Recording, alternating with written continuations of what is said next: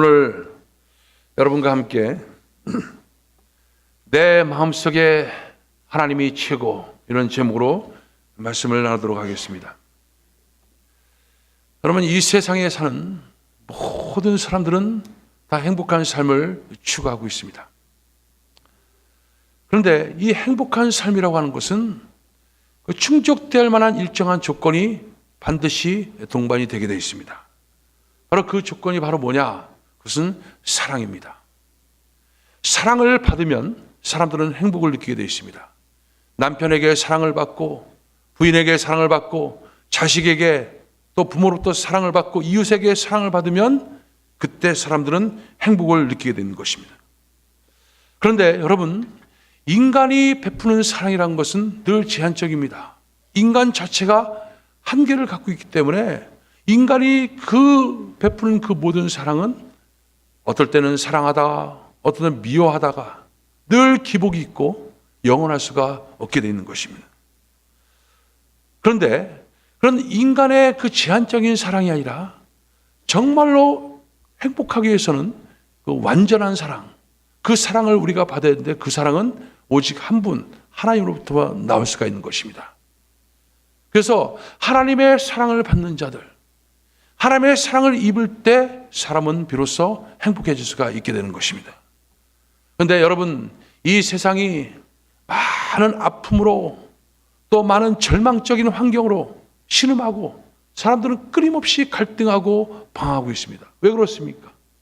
그것은 진짜 받아야 될 그 대상인 하나님으로부터 이 사랑이라고 하는 이 관계, 이것이 끊어져 버리고 사랑을 받지 못하기 때문에 사람들은 척박한 그런 인생을 지금 살아가고 있는 것입니다. 하나님으로부터 사랑을 받을 때 그 사랑을 가지고 우리는 우리 자신을 사랑할 수 있습니다. 또 하나님으로부터 사랑을 받을 때 우리는 그 사랑을 가지고 이웃을 사랑할 수가 있습니다. 하나님의 사랑을 받을 때 우리는 잃어버린 영혼들을 그 사랑을 가지고 사랑할 수가 있는 것입니다. 그런데 이 가장 중요한 마치 수원지와 같은 그 사랑이 우리 가운데 보여져야 될 그 영역에서 그 모든 파이프가 끊어짐으로 인간은 늘 불행 속에서 신음하며 지금 허덕이고 있는 것입니다. 그래서 여러분, 인생의 문제란 것은 굉장히 간단합니다. 단순합니다. 이 잃어버린 사랑을 다시금 회복하기만 한다면, 그래서 우리가 우리를 창조하신 그 창조주의 사랑을 다시금 받을 수만 있다면, 그러면 인간은 모든 문제가 해결되고 행복한 그런 삶을 살 수가 있게 되는 것입니다. 그렇다면 여러분, 누가 그 사랑을 입은 사람입니까? 누가 하나님의 사랑을 받은 사람입니까? 바로 그것은 바로 하나님의 마음속에 최고로 인정받는 사람들, 즉 하나님께서 이렇게 말하는 사람입니다. 내 마음속에 내가 최고, 내 마음속에 내가 최고로 일컬음을 받는 사람들, 이런 사람들이 바로 하나님의 의를 입은 사람들이고, 이런 사람들이 하나님의 사랑을 입고 행복한 삶을 살 수가 있게 되는 것입니다. 지난 시간에도 우리가 이와 같은 얘기들을 계속해서 나눴습니다. 하나님의 의, 그것이 바로 뭐냐? 하나님의 마음에 든다는 것입니다.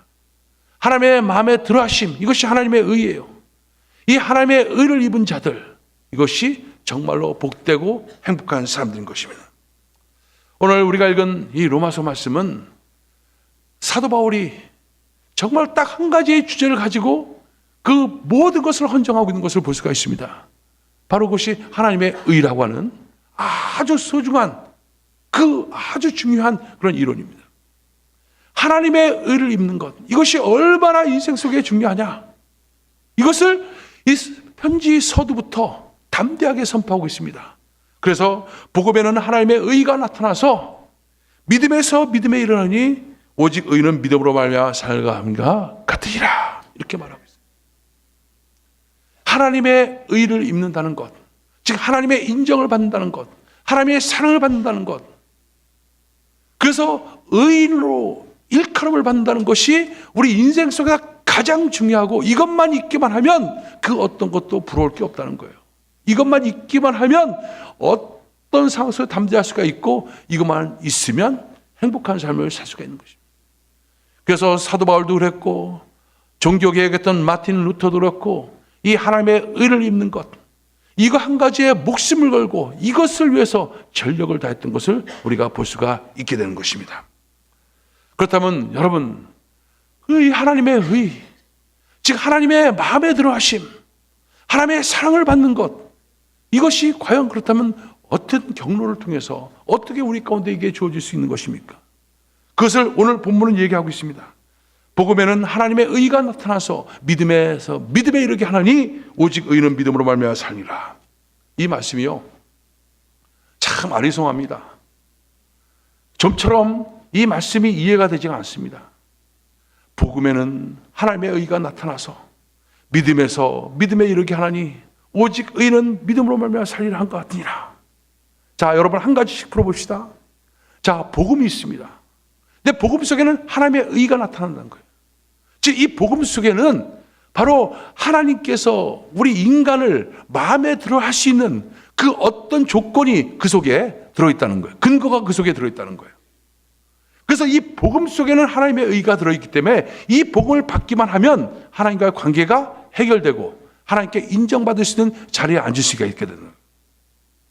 그래서 하나님의 의를 입은 사람을 갖다가 우리가 어떤 의인이라고 하는 거예요.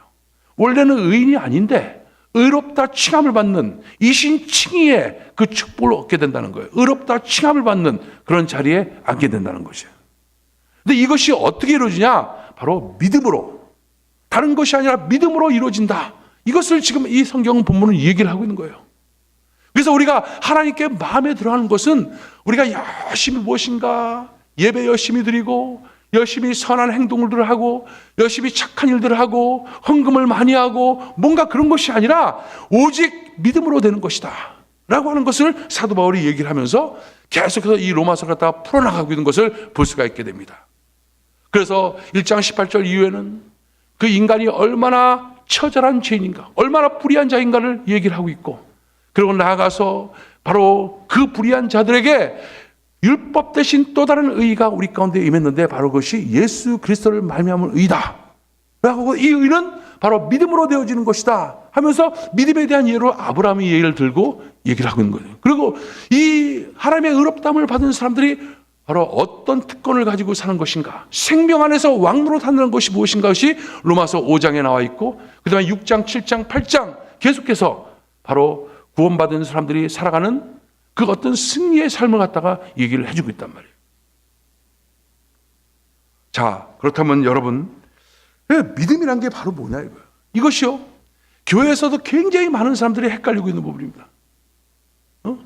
이 믿음이란 것이 왜 헷갈리냐? 이것은 이론으로 되는 것이 아니에요. 믿음은요, 믿어져야 믿는 겁니다. 근데 아무리 내가 믿기로 결단을 해도 겉으로 입으로 우리는 믿는다라고 선포하지만 실제 내 마음속에 믿어지지가 않은 거예요. 그러니까 믿음이 아닌 거예요. 그래서 이 믿음이라고 하는 것이 너무너무 쉬운 것임에도 불구하고 이것은 너무너무 어려운 거예요.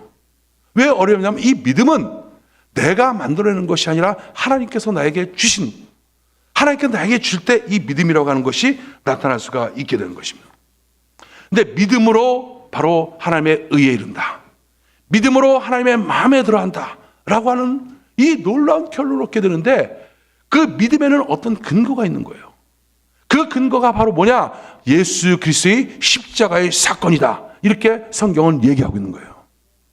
그렇다면 도대체 예수 그리스도의 십자가 사건 속에는 도대체 뭐가 들어있길 때 뭘 믿어야 하지만 그것이 어떻게 나에게 새롭게 나를 의롭게 만드는 그런 역사가 있는가 하는 겁니다.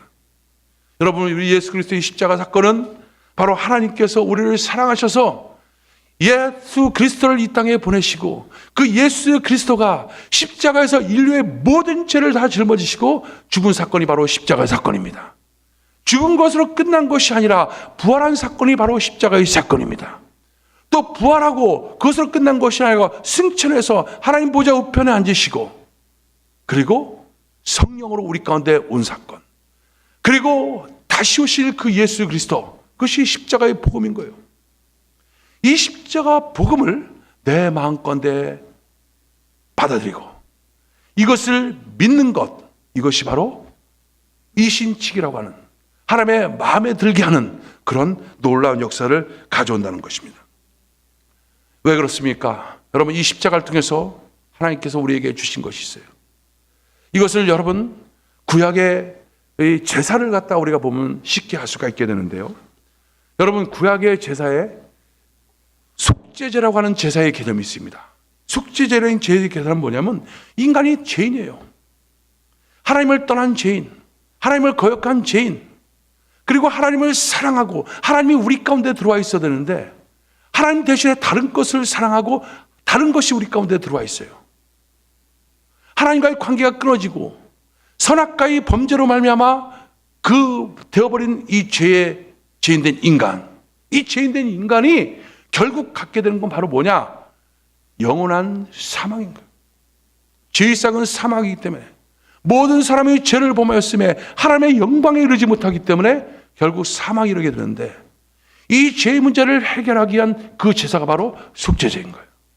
그래서 예수님께서 바로 우리가 죄를 범했기 때문에 죄 없는 자로 이 땅에 오셔서 십자가에 못 박혀 죽으실 때 바로 우리의 죄를 함께 끌어안고 죽으신 그 사건이 바로 십자가의 사건인 거예요. 그래서 이 십자가의 사건은 대속의 사건, 즉 값을 치르고 속죄를 치르고, 즉 예수님의 그 몸을 대신해서 죄값으로 치르고 해결한 사건, 이 속죄제가 바로 그 같은 사건의 바로 의미인 것입니다. 그래서 십자가에는 바로 뭐냐? 내가 죽을 죄인인데, 내가 죽을 수밖에 없는데 나를 대신해서 예수님께서 내 죄를 함께 끌어안고 십자가에 못 박혀 죽었다. 이것이 바로 속죄제인 거예요. 이 속죄제를 위해서 하나님께서 독생자를 이 땅에 보내시고 그 모든 인간의 죄를 다 거기다가 뒤집어 씌우고, 그리고 처절한 심판을 통해서 우리 인간의 죄를 다 해결한 사건, 이것이 바로 십자가의 사건인 것이죠. 또 한 가지는 어떤 사건이냐? 바로 이 십자가에는 화목제의 의미가 있는 거예요. 바로 뭡니까? 인간이 죄를 졌기 때문에 하나님과 등진 거예요. 인간이 죄를 졌기 때문에 하나님의 등을 졌는데, 그래서 하나님과의 원수가 됐어요. 원수가 됐기 때문에 늘 이 땅의 삶이 불편하고 힘듭니다. 여러분, 내 마음속에서 어떤 누구하고 원수를 갖고 있어요. 누구를 미워하고 누구 관계가 갈등이 있어요. 그러면 여러분, 우리 인간들도 마음이 편치가 않습니다. 그 사람이 지금 보이든 보이지 않든 간에 내가 누군가하고 불편한 관계에 있으면 편치가 않은 거예요. 그런데 인간을 창조하시고 모든 것을 다스리는 전능하신 하나님과의 원수된 관계에 있을 때 그 인간의 평강이란 것은 있을 수가 없게 된 것입니다. 그래서 이 평강의 문제를 해결하기 위해서 하나님께서 이 원수된 진노를 거두게 하는 제사, 바로 이것이 화목제인 거예요. 여러분, 우리가 살아가면서요, 마음이 우울할 때가 있잖아요. 어떤 자식 때문에 우울할 때가 있고, 사업 때문에 우울할 때가 있고, 건강 때문에 우울할 때가 있고, 여러 가지 우울 때 있어요. 근데 이게요, 다 그냥 우리가 스스로 우울하다고 생각하잖아요. 근데 이게 다 속는 거예요, 알고 보면. 왜 우울하냐? 근본적인 문제는 하나님과 등을 돌렸기 때문에 우울한 거예요.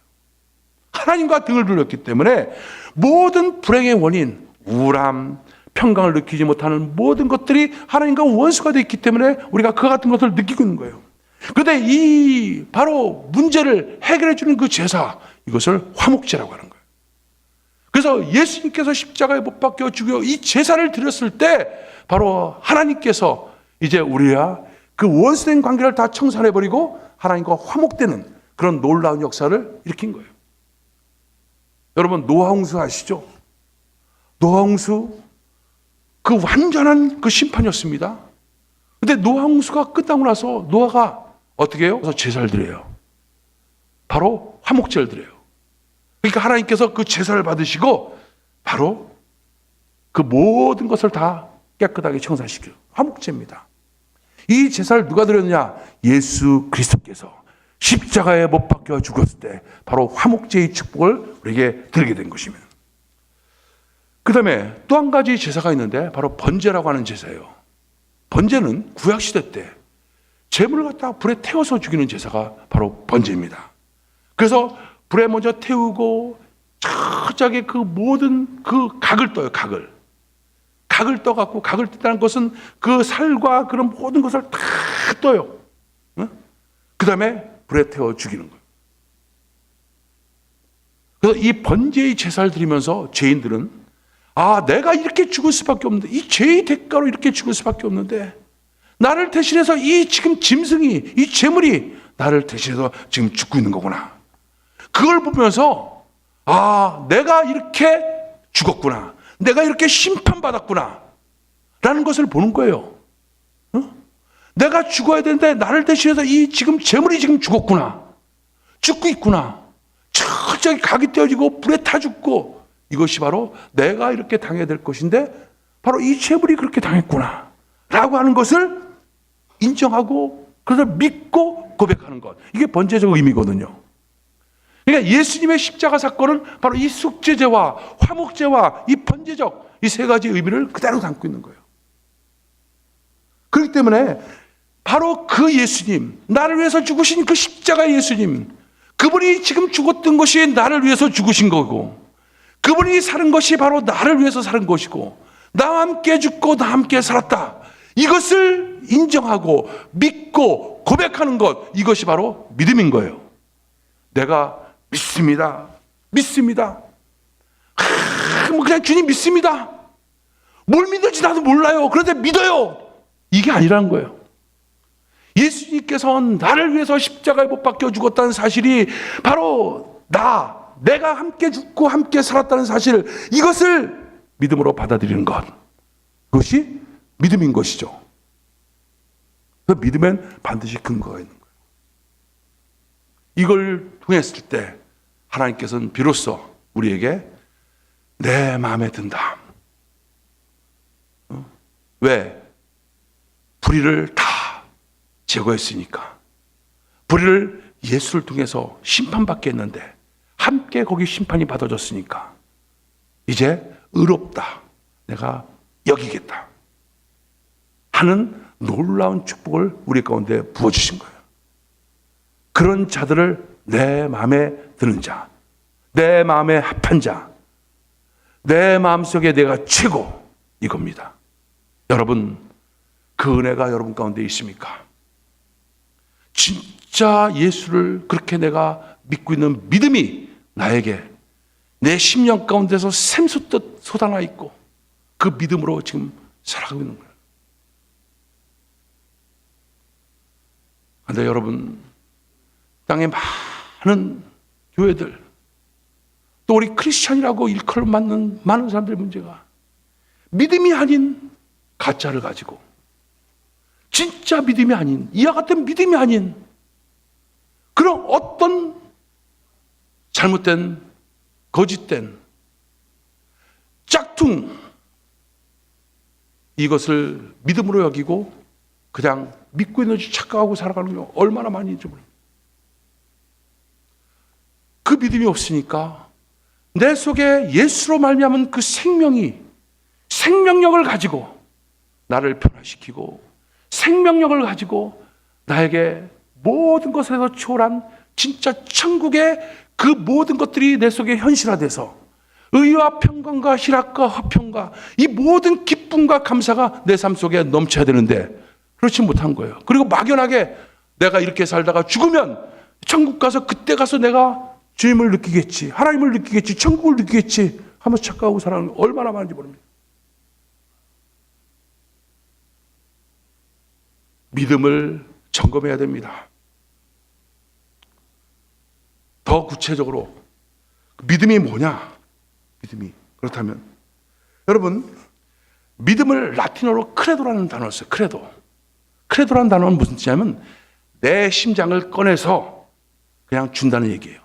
내 심장을 꺼내서 주는 것, 이게 믿음인 거예요. 내 마음의 심장을 꺼내서 바로 하나님께 이식시키는 것, 그것이 크레도, 그것이 믿음인 거예요. 자, 어떻습니까? 사람은요, 내 심장 속에 있는 것을 믿어요. 즉 무슨 뜻이냐면, 저 돈이 나를 갖다가 기쁘게 해줄 것이다, 저 돈이 나를 행복하게 해줄 거다. 그러면 그 사람 심장 속에 뭐가 있어요? 돈이 1위야. 최고야, 돈이. 그리고 돈을 믿고 있는 거야. 하나님을 믿는 게 아니고 돈을 믿고 있는 거야. 왜? 저 돈이 나를 행복하게 해줄 거니까. 그건 돈을 믿고 있는 것이 하나님을 믿고 있는 것이 아니에요. 내 심장이 어디 갔냐? 돈에 꽂혀 있는 거예요. 내 자식이 앞으로 잘 돼서 나를 갖다 기쁘게 해줄 거야. 난 자식 때문에 난 너무 좋아. 그럼 자식이 심장 속에 있어요. 심장에 최고로 자리하고 있는 거예요. 자식을 믿고 있는 거야. 그러니까 돈이 없어지든지 자식이 어떤 문제가 생기면 막 노심초사하고 고통과 막 정말 죽을 것 같은 어떤 그런 생각들이 가는 거예요. 그 심장 속에 내 자식과 돈과 어떤 명예와 어떤 그런 것보다도, 건강보다도 바로 그 자리에 누가 있어야 돼요? 하나님이.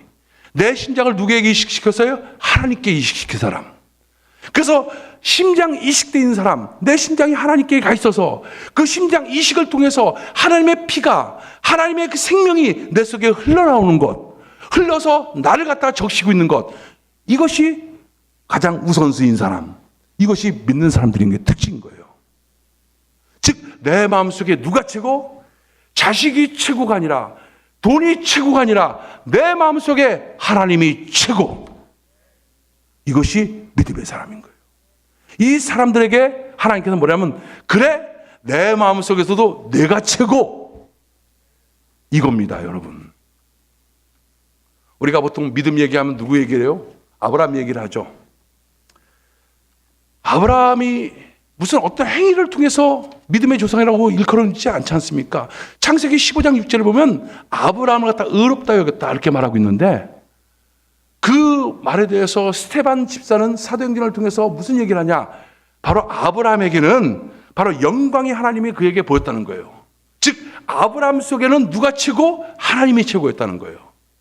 하나님이 최고. 그에게는 태어날 아들, 또 사라, 재산, 조카, 땅, 이 모든 것보다 가장 최고가 뭐냐? 그에게는 바로 하나님이 그에게 최고였대.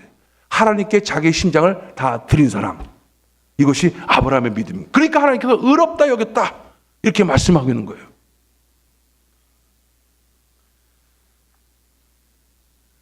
여러분, 우리는 자꾸 우리 심장을 다른 곳에 이식시켜 놨어요. 내 자식에게 이식시켜 놓고, 돈 많이 벌면 된다고 생각하고 돈에 이식시켜 놓고, 또 내 삶의 어떤 즐거운 기쁨은 또 어떤 뭐 여행을 다니고, 또 어떤 무슨 어떤 자리를 갖고, 뭐 여러 가지. 왜 그러느냐? 그것이 나를 갖다 기쁘게 해줄 거라고 지금 믿고 있기 때문에 그런 거예요. 근데 그것이 아니라는 거예요. 하나님이 나를 기쁘게 해주고, 하나님이 나를 행복하게 해주고, 하나님을 바로 나에게 진짜가 되게 해주는 것. 하나님께서 심장이 이식된 사람들은 바로 그렇기 때문에. 그럼 돈 필요 없느냐? 자식 필요 없느냐? 다 필요해요.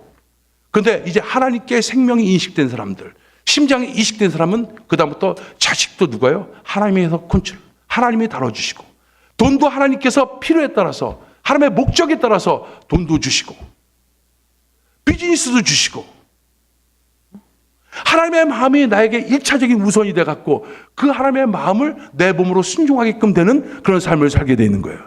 그것이 하나님의 나라를 위한 삶이기 때문에 하나님께서 필요할 때 돈도 주시고, 명예도 주시고, 자리도 주시고, 모두 잘 되게 해주시고, 이런 되어져 가는 거예요. 만들어서 되는 것이 아니라 되어져 가는 거예요. 내가 복 받기 위해서, 돈 벌기 위해서, 자식 잘 되기 위해서 예수 믿는 것이 아니라 예수께 심장을 드리면 하나님의 그 뜻대로 그것이 되어져 가는 것, 이것이 나타나는 거예요. 이것이 믿음 생활인 거예요.